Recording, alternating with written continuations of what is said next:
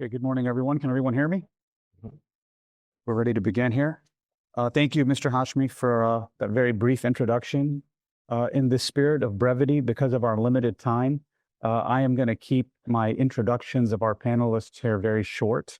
Again, Mr. Hashmi and I both came from Texas today. And as the saying goes, everything is bigger in Texas. So we've got a nice big panel here and very distinguished speakers, and they're going to comment on our topic for today. So with that, I want to welcome everyone to our final panel discussion, and that's opportunities and obstacles to strengthening U.S.-Pakistan economic and political relations.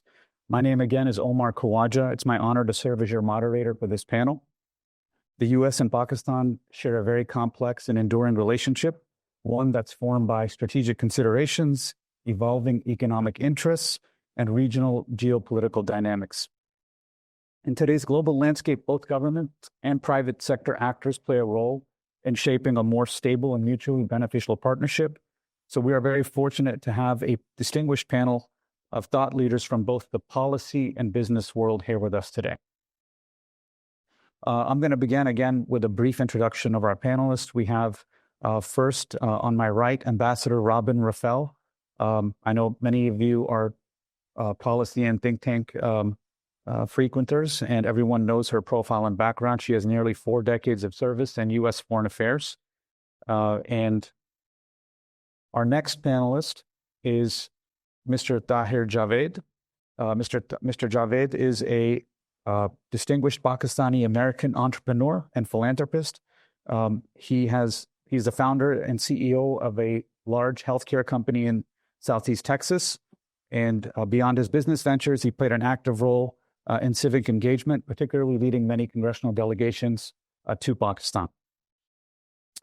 Then we have Minister Khurram Dastagir Khan. We're pleased to welcome him. He is a seasoned Pakistani politician and senior diplomat. He's held several key positions in the federal government of Pakistan, including Minister of Commerce, Minister for Defense, Minister for Foreign Affairs, and most recently, Federal Minister for Energy.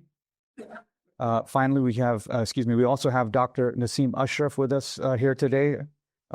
Dr. Ashraf is also a distinguished Pakistani physician. He also served in the government of Pakistan in various roles. He's also an avid cricketer and was the chairman of the Pakistani Cricket Board.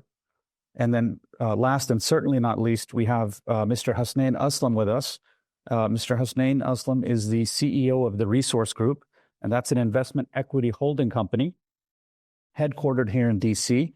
that he co-founded in 2002. And that company employs about 40,000 people across 5 continents, including the United States and Pakistan. And on a personal note, I had the privilege of attending their open house that they convened here in 2004 when I was a young Hill staffer. And it's amazing to see how much growth has happened since then. So with that, I think I'm going to get straight into the questions. And I would like to start with you, Ambassador Raffel. And would you please give us your insight on the current level of the relationship between Pakistan and the United States? Is Pakistan still relevant and important to the United States in the region? Well, thank you very much. And I'm delighted to be here, particularly with so many friends and being able to see people in the delegation, many of whom I've known for a very long time.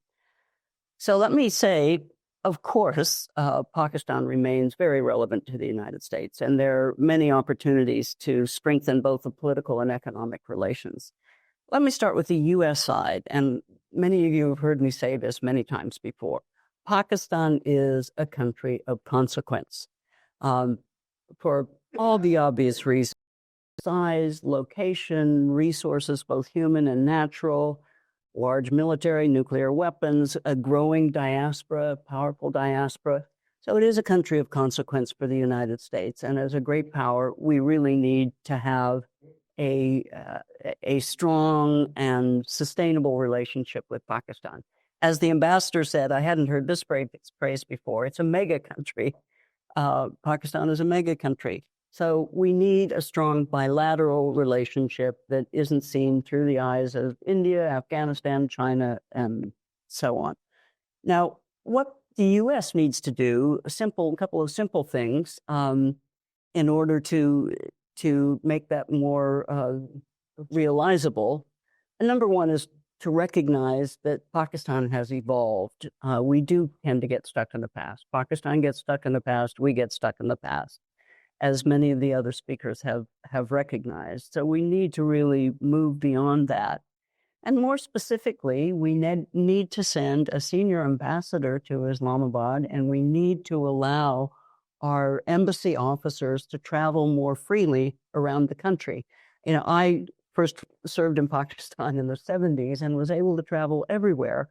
And that is what helped me really understand key aspects of the country and the people. And that's really important. And it's especially important now that Secretary Rubio has said he's going to restore authority to regional bureaus in the State Department and to embassies. And to be prepared to take on that responsibility, we need to have people who understand the fact.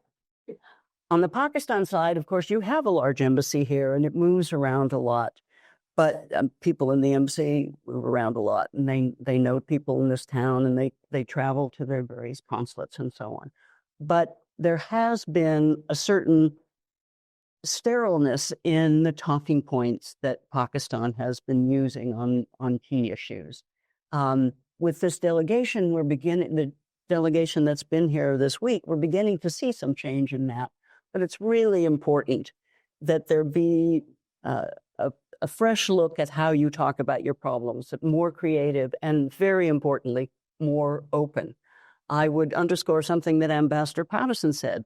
You've had a problem for ages with the he said, she said on what's happened with these terrorist organizations that have troubled India. Open up the areas where the Indians said they bombed and let people see. I think that kind of thing is really important. And I would also add, I had a very good experience recently in Islamabad with a workshop with the National Defense University, where I saw Pakistan has remarkable outreach. And I think Professor Hassan Abbas mentioned this in terms of the Global South, a whole range of people that I met there. So you have that capability. We need to understand that more. A word about the economic side, which other panelists will speak more about. Of course, there are many, many opportunities for American business. Minerals is definitely the flavor of the decade, but there's also agriculture, there's IT, there's tourism, all sorts of opportunities. And I think, and I will repeat what I've said before, I think at this stage, since there's concern about security and all the rest of it, you need to take an individual approach. Identify an American company, take them by the hand, show them Pakistan. You all know how important that is. And I think that's really, really a key here. Of course, the business climate, you need to keep working on that, making sure that people feel if they make an investment, they'll be able to repatriate their profits. Things won't get stuck in the port as we've seen in past instances and so on. But the individual approach is important. And then I'd make one other point, which is a less positive point, which is, as you all know, without the fundamental structural reforms that we've all talked about for decades, Pakistan is going to be limited in its economic growth and its development. That is key. You know you don't collect enough taxes. You know your bureaucracy needs reform. You know that you need to stop giving special exemptions to, your political compatriots and so on and so forth. And of course, this real kind of change requires stability, political stability, and leadership that is credible to convince people that they need to undergo the short-term pain for long-term gain that real reform will take. I'll close there. Thank you. Thank you, Ambassador. Mr. Javed, you have been heavily involved in shaping congressional affairs on Pakistan for the past 2 decades. The question I have for you is, how can Pakistan and the United States shift our relations from geopolitics to geoeconomics to ensure a win-win situation for both countries? Very good question. We all have seen that the president of the country here in the United States, the biggest deal for the president is the tariff. We have seen that. why he's keep talking about tariff. He's trying to bring the balance in the trade. And if we see this is the focus of the White House. And the White House today is basically taking all the decisions too. So there is no other, State Department has very limited input in it. So if we focus on that, we can do good and better diplomacy through trade, better diplomacy through the business relationship with this administration. So yes, I agree that we should do that. And how? Well, with this trade proposal, I think Pakistan already has a little bit edge. If you look at their competitors like Bangladesh and Vietnam and some other countries, they are in a deeper problem with this new tariff deal. Pakistan can take advantage of that. But there are other areas. But before we get into all that, Pakistan should develop an independent body in Pakistan to resolve all the disputes. Well, some other countries has done it. In our last delegation, 3 members of Congress was in Pakistan. Our agenda number 1 was how we can develop more business relationship between the countries. And then we gave a proposal in writing to Pakistan that how they can follow Azerbaijan. They have done it. They developed an independent body where they can resolve their matters. If we do that, when we do that, then we have unlimited opportunities in mineral. There are dozens different companies they wanted to go to Pakistan. They understand the opportunity in Pakistan, and then we can start that. We had about 2 dozen of Pakistani American successful entrepreneurs were with us. They themselves are very much interested to invest in Pakistan. Now, Pakistan just again approved soybean to import from US just recently. I think they only did 1 or 2 different other. Now, I met with the ranking member in Senate, Senator MEI yesterday, and talked about this, that how we can help Pakistan to develop a soybean hub in Pakistan.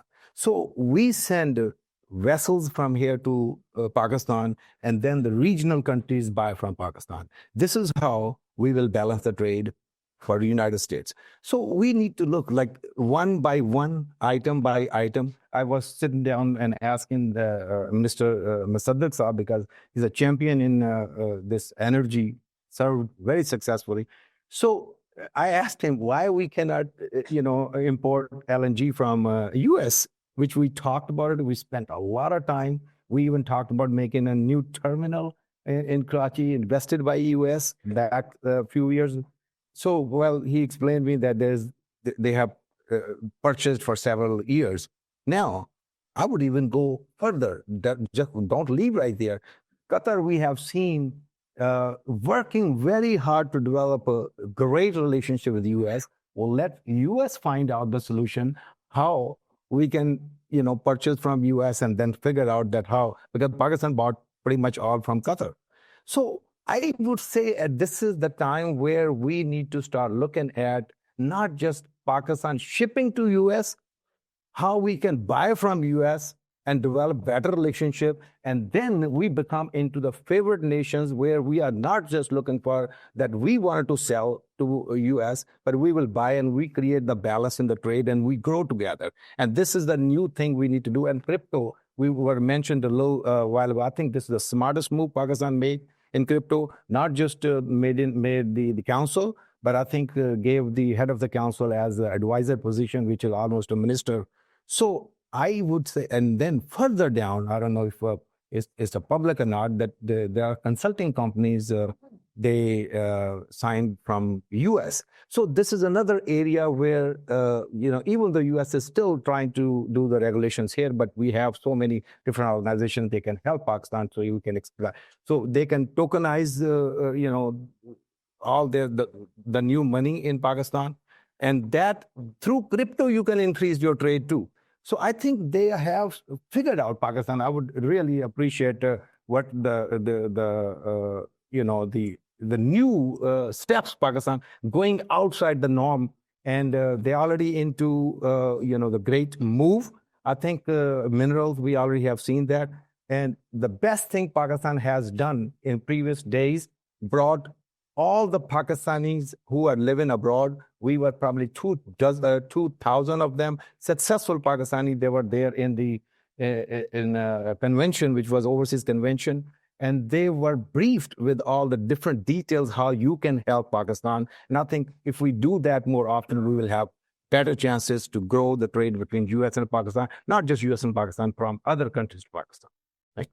Thank you, Mr. Javed, for that insight. We'll move on to you, Minister Dastagir Khan. The relationship between any two countries is based on shared mutual interests or shared interests. And this administration in the United States has adopted a decidedly America First policy. What can Pakistan offer by way of benefit to the United States from this administration's perspective? And what then can the United States give Pakistan in return? Thank you very much. Everyone can hear me. I just want to build upon the argument of Robin Raphael, and I'm delighted to see that this Raphael is still flying because we down 3 of them. So we're absolutely happy to see her here. So, ladies and gentlemen, we have to stop fighting the battles of the past. This is what we are faced with. We have this massive arguments of 20-year U.S. presence in Afghanistan. Actually, we're just still fighting that battle. We are still entrenched in those attitudes of mutual recrimination, of the U.S. not being sufficiently attentive to Pakistan and Pakistan not being, not listening to the U.S. concerns and this whole Taliban thing. If we are, topic of the panelists to, the obstacles of how to remove the obstacles. So the first obstacle are the attitudes and recriminations of our recent past. These have to go. The Afghanistan glasses that we have worn for so long, I urge you, ladies and gentlemen, to dump them in the trash. They have to go. We have to, and I'm very fond of saying this, Thomas Paine said, we have it in our power to begin the world over again. So now is a moment in which we can rebuild this US-Pakistan relationship based upon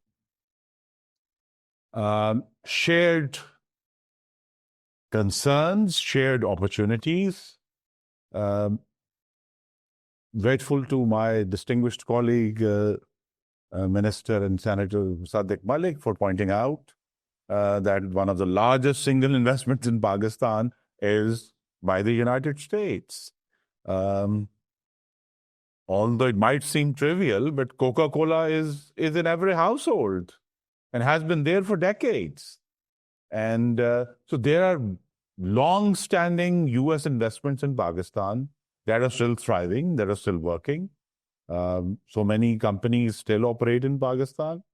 So the issue is, the beginning, practically what I saw, of something that we faced, beginning now that our head of delegation, Mr. Bilawal Bhutto Zardari, is here, that horror episode that began in 2007 with this massive upsurge of terrorism in Pakistan. The U.S. then, and now I'm going into the past also, at that time was still supporting Pakistan, but then began to recede from it. And by 2014, it had receded completely. And since then, it's been a decade, just over a decade, that U.S. has not really been, although we have been in discussion, we speak to each other. There was this, again, a short episode of cooperation in Pakistan's support to the U.S. in its withdrawal. There was this episode that still needs to be better known. But when it comes to economic cooperation, we have to sort of see each other with fresh eyes. Although, of course, I can't help recalling back in 2016, when U.S. Trade Representative visited me in my office, I was then Minister of Commerce. And he said, Minister, how to move forward? I said, there's a Janet Jackson song I need to remind you. And he said, what's the Janet Jackson song? I said, what have you done for me lately? So this is a question I'm asking again. In all seriousness, what has the United States done recently for Pakistan, except for recriminations and reminders of the past and clean up your own house? Where is the positivity? The positivity that I see, and again, whatever my personal opinions, is the Trump administration's simply trashing the establishment opinions in Washington. And on the economic front, that new and fresh approach is that it used to be that in order to get lower tariffs from the United States, you had to go through this massive rigmarole of a free trade agreement, which took decades or years to negotiate. It's like this, 10-inch thick document, which begins with a bilateral investment treaty.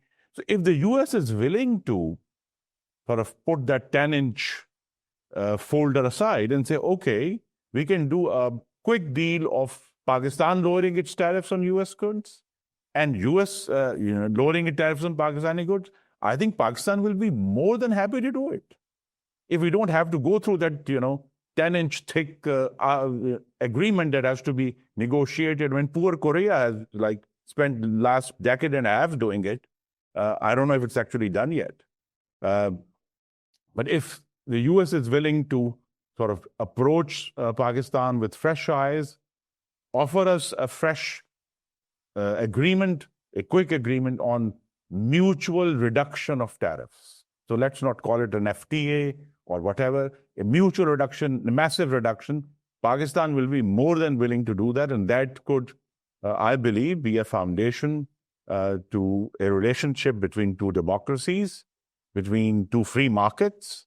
And then perhaps slowly we could begin again, as Thomas Paine said, finding new synergies, new areas of cooperation. There is this tremendous now pool of goodwill in terms of the Pakistani diaspora in the United States, which is now increasingly more effective, which is more vocal, which is more articulate across many states.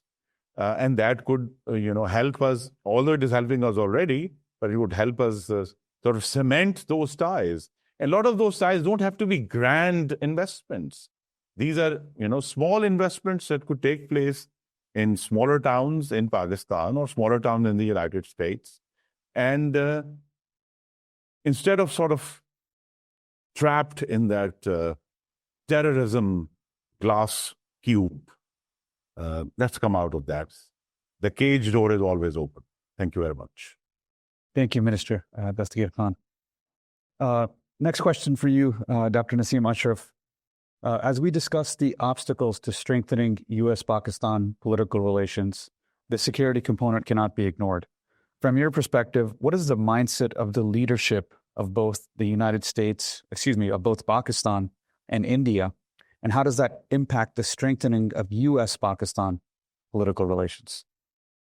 Thank you. I think it's critically important to understand the mindset because that is obviously what drives policy and state interventions. Before I go to that and explain the Hindutva mindset, which is currently the mindset of the leadership of India, I'd like your indulgence to share with you something I dug up from the congressional record pertaining to an incident that happened 25 years ago in Chitan Singhpura in Kashmir, very similar to the Pahalgam incident that just occurred.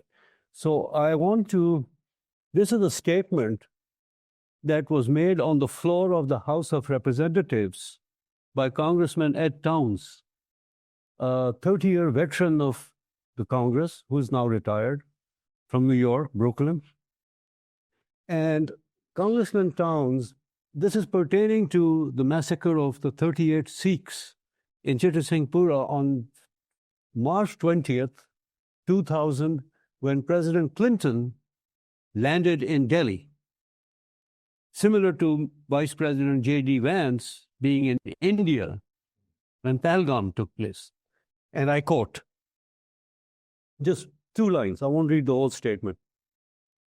So this is Mr. Ed Towns, the congressman, and I quote, Mr. Speaker, recently former Secretary of State Madeleine Albright wrote a book called The Mighty and the Almighty. Great book, by the way. The introduction to this book was written by former President Bill Clinton. In this introduction, President Clinton writes, during my visit to India in 2000, this book was published in 2006. During my visit to India in 2000, some Hindu militants decided to vent their outrage by murdering 38 Sikhs in cold blood. End of quote. This was published in the hardcover 2006 edition by Harper & Row of Madeleine Albright's book, The Mighty and the Almighty. So when somebody talks today and says about Pakistan and every finger is pointed at Pakistan, I thought it would be interesting to see some past record. And also, because now the mindset of the Indian leadership scares me, frankly. This is not the India of the 50s or the 60s or the 80s, 90s even. This is Hindutva, and Hindutva is akin and synonymous with Nazism. I mean, I'll prove it to you. I'll show it to you as to what scares us, because that's how that area is being seen. And I think the United States, our relationship is critical in actually overcoming this mindset. And I'll also share with you that this doesn't have to be. Just as recently as 10, 15 years ago, we almost came this close, as Ambassador Jilani mentioned, we came this close to a full peace treaty with India under Musharraf, with the 4 points of, well, you can call it anything, you don't have to call Musharraf. But I'll come to that in a minute. So this is the congressional record of President Bill Clinton saying that this attack was carried out by Hindu militants. By the way, You don't have to take my word. I'll forget my train of thought if you don't mind. Actually, 2 more pieces of evidence on this and then I'll get on.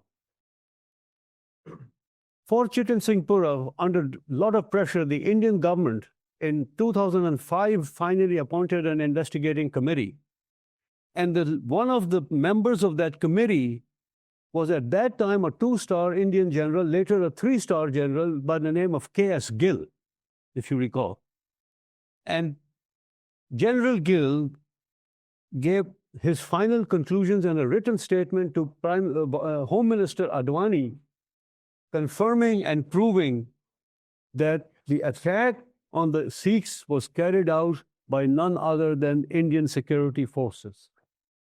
This was K.S. Gill, and that is his interview with the British television is still available on YouTube if you want to see it. I wish I could have shown it here to you today. Not only that, later, when Advani Saab had 5 people picked up and summary trial and executed and buried, a brave Indian journalist from London, Pankaj Misra. Yeah. Pankaj Misra went to the Supreme Court of India and obtained an order to exhume the bodies of the 5 so-called terrorists who were executed for committing the Chittisinghpura massacre. And he proved that the bodies did not belong to the IDs and they did not match. The IDs were different from the bodies. This was 2000. Fast forward, I'll just very quickly go over 2002, massive anti-Muslim riots and killings in the Gujarat, where the Modi butcher was on that basis denied and his American visa was revoked. And subsequently, but this then started becoming more and more a state-driven or state complicit thing. And I'll say that with full conviction, unfortunately. In 2002, in Gujarat, in the so-called Gulbarg Society massacre, and then the Best Bakery case, where a Muslim MP was targeted and lynched by the mob. Ehsan Jafri was lynched by the mob in India.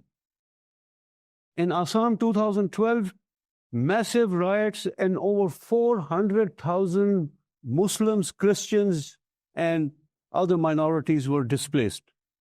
Dr. Ashraf, we have This about is, yeah. 10 minutes left. I just want to make sure we give all of the... Let me just, okay, I'll Yes, wrap it up. thank you. So point is, this stems from the Hindutva mindset. And this Hindutva mindset is actually same as Nazism. And this stems from their core philosophy of Akhand Bharat. Those of you are old enough like me to remember, Akhand Bharat means unified India, greater India, unfortunately. And Afghanistan, Pakistan, Sri Lanka, Nepal, up to Myanmar, this is part of their map. And I'm going to stop with this. This map of Akhand Bharat, is on the new parliament building of India that was inaugurated in 2023. It is sitting inside their built parliament on a wall mural, which shows that there is only going to be one India, and the religion and the cultural lives and the social beliefs and lifestyles of everybody living in this. If you want to live in this, you have to be a Hindu and dominated by the Hindu mindset, unfortunately. But as I said, this is not to say that there cannot be peace. There has to be peace. As the delegation has so eloquently and classically pointed out, Pakistan has never sought war. My only point is that for the United States, allow me to say, as a Pakistani American, that it would be a moral cop-out not to look at the root cause of all of this. Why do these people keep fighting every 4 years? It's not just a moral cop-out, it's an appeasement of a larger bully who just keeps on going. And unless this appeasement is stopped, there will be the same kind of, the world will pay the same price as we did in the 20s and the 30s. Thank you, I'll Dr. stop Ashraf. there for time. And if Thank you have another question, I'll be happy to come back. Thank you so much, sir. Our next question, Mr. Hasnain Aslam, is for you. We do have a hard stop at 12. So please comment, and then hopefully we can get to some other questions. Given your experience managing a large multinational company that has investments in both the United States and Pakistan, people investments, infrastructure investments, what do you see as the most significant challenges or opportunities for increased trade between the United States and Pakistan?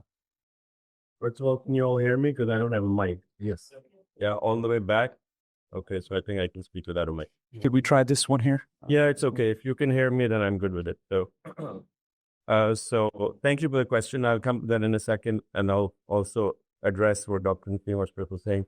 You were right about the book, but important to mention that that is no longer in the book because the Indian lobby convinced President Clinton to edit it and take it out. So it was only in the first edition, and it no longer exists. It was in the hard edition and the soft cover, it was removed. It was removed. So you have to find that book for I us. have the book. I have the You original. have to preserve it for future generations. I have the book. I have the book. That is the power of the lobby, by the way. I want to first thank the visiting delegation from Pakistan. Very diverse, very eloquent, and very encouraged to see that you have led with a message of peace, albeit with confidence, strength, and dignity. And that's the right message. I think while I agree with everything Dr. Naseem Ashraf said, we shouldn't, I would not suggest that we package that way to the Trump administration. It is true, but we have to package it in the form of a positive message and in the form of a deal that we can cut with this administration. So just stepping back, and I'll come to trade in a second. If you look at India and Pakistan, I think people forget that nearly a quarter of the world's population, 1.7 billion people, live in India and Pakistan. And all of us have a choice to make, be it Indians, be it Pakistan, be it American. Do we want to see war? Do we want to have this region be known for nuclear weapons? Or do we want it to be the future economic powerhouse of the world? We saw Europe in World War II. There were brutal wars, but then now there's European Union, and they have ushered in peace and prosperity. So we have Russia and Ukraine, and we have the European Union. We have to decide today what path we want to take. And this is not just for us. It's for the whole world to decide. Because, we can keep arguing with India about all of these things, but unless we can get both parties to the negotiating table and solve all outstanding issues with diplomacy and dialogue towards sustained peace, we're going to be stuck in this for the next 75 years as well, right? And as a representative of the business community, we're always pro-peace. Businesses thrive and people prosper when there is peace and stability. It's the same for the businesses on the India side. It's the same for the businesses on the Pakistan side. We both want to attract foreign investment and U.S. investment. So I think all of us who are ABC, we should become ambassadors of sustainable peace. Whether you're American, whether you're Indian, whether you're Pakistani. And then, of course, there's some challenges, but fundamentally, I think we should lead with a message of peace. And I think that will resonate very well with the Trump administration, because as we all know, President Trump is auditioning for the Nobel Peace Prize. And that somebody said, I think you said this, or Chairman Bilawal said, this might be the low-hanging fruit amongst the three conflicts that are out there. And with his leverage and muscle, he can facilitate a resolution of that. Now, coming to trade, I'll be honest, even though U.S. is Pakistan's largest trading partner, it has not been a priority of the U.S. to trade with Pakistan. It's a small, U.S. exports $2 billion to Pakistan. It really doesn't surrounding error. But this conflict has provided a silver lining, which is that the president of the U.S. has made multiple statements about the opportunities of trade with Pakistan and how he wants to reward Pakistan and India for the ceasefire. So we have a unique opportunity directly offered by the U.S. president. And as Pakistan, we need to seize that opportunity. And I think we should come to the U.S. with a deal with big numbers. And in my view, it should have three components. One, get rid of all the tariffs. We only import $2 billion. Tariffs it will not make any difference. Two, focus on the trade deficit, which is a big issue for the Trump administration. $3 billion is not a large number. If we make a list of all of the things Pakistan would like to import from the U.S., whether it's soybean that Tahir Javed was talking about, whether it's defense equipment, whether it's a whole number of other things, it's a very small gap that we can resolve easily. And we can show a 3-year path to resolving it. 3, look at what U.S. needs from Pakistan. We talked about precious rare earth minerals. Pakistan has that in abundance. So we should take a page out of the Qatar book, out of the Saudi book, out of the UAE book, and say, over the next 10 years, we can offer you $100 billion deal. 100 billion over 10 years is 10 billion years. It's not that large. That alone, the rare earth minerals alone can cover that. So we should think like business people and say, okay, what can we sell to the Trump administration? A deal that addresses all of their concerns, trade imbalance, tariffs, and rare earth minerals, and gives we don't have the resources to offer $1 trillion deal, but we can offer a $100 billion deal over 10 years. If we take that approach towards this deal-oriented administration, I think we can get something done. And like Minister Saab was saying, instead of a 10-inch binder, this could be a 5-page agreement that could be done within a month, right? So I would encourage everybody to think like entrepreneurs and think like business people, because that's what the Trump administration's approach is. Now, on what Pakistan has to offer, and then we'll wrap up. I represent the technology industry. We have 40,000 people around the world. 9,000 of them are in Pakistan. They're serving the top US clients: Amazon, Walmart, AT&T, FedEx, Western Union, Allstate Insurance. It was very difficult to get these clients to Pakistan. It took years, but once they come, they don't leave. Why? Because we are providing them the best quality, and we have operations in the Philippines. We would even have 50 people in India. We have thousands of people in Jamaica, thousands of people in the US. By far the best quality, Pakistan. And at the lowest cost, 20% lower than the Philippines, 25% lower than India. So there's a tremendous opportunity for US businesses, but we can't expect them to come. We as Pakistanis and Pakistani Americans have to pitch those opportunities to the businesses, and just as we have done, convince them to try out Pakistan. And once they see the economic benefit, they will stay, right? Similarly, agriculture offers tremendous opportunity. Last thing you asked was about the challenges, and there are challenges. First is the perception of safety and security. We still have, Ambassador Raffel would know, we still have trade advisory. It's hard, it's a difficult thing for us to convince US investors to visit Pakistan. And I think the onus is on Pakistan to address some of those perception challenges. Second, robust legal framework and law and order. And I have one point after this. Pakistan has already signed the UN Convention or Enforcement of Foreign Arbitral Awards. And we've dealt with this. In practice, while they have a signatory, it's difficult. So any investor coming in wants to make sure that they have legal protection, fair and efficient justice, and a robust legal framework. I think, again, we can do more there, right? And finally, we can do a better job of marketing PR. If you think back to 2002, India did this campaign of Incredible India. All of us saw it. We should market our country. I was speaking at a conference in India in 2006. The different states were competing with each other to pitch to us, even though I was Pakistani, to open their business in India. In 2005, we opened our operations in Pakistan, in the Philippines.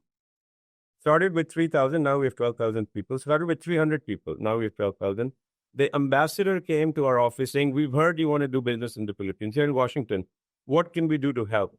And we said, well, it would be great if the Prime Minister, Gloria Arroyo, could come and open. She came, only 300 people, make a big deal, and it made us feel so good to do business in the Philippines. I think we can learn from some of these countries and do a better job to make Pakistan more attractive, more inviting as an investment destination. And that will encourage trade and more businesses to invest in Pakistan, including American businesses. With that, thank you so much, Mr. Aslam. With that, I'd like to ask everyone to give our panelists a round of applause.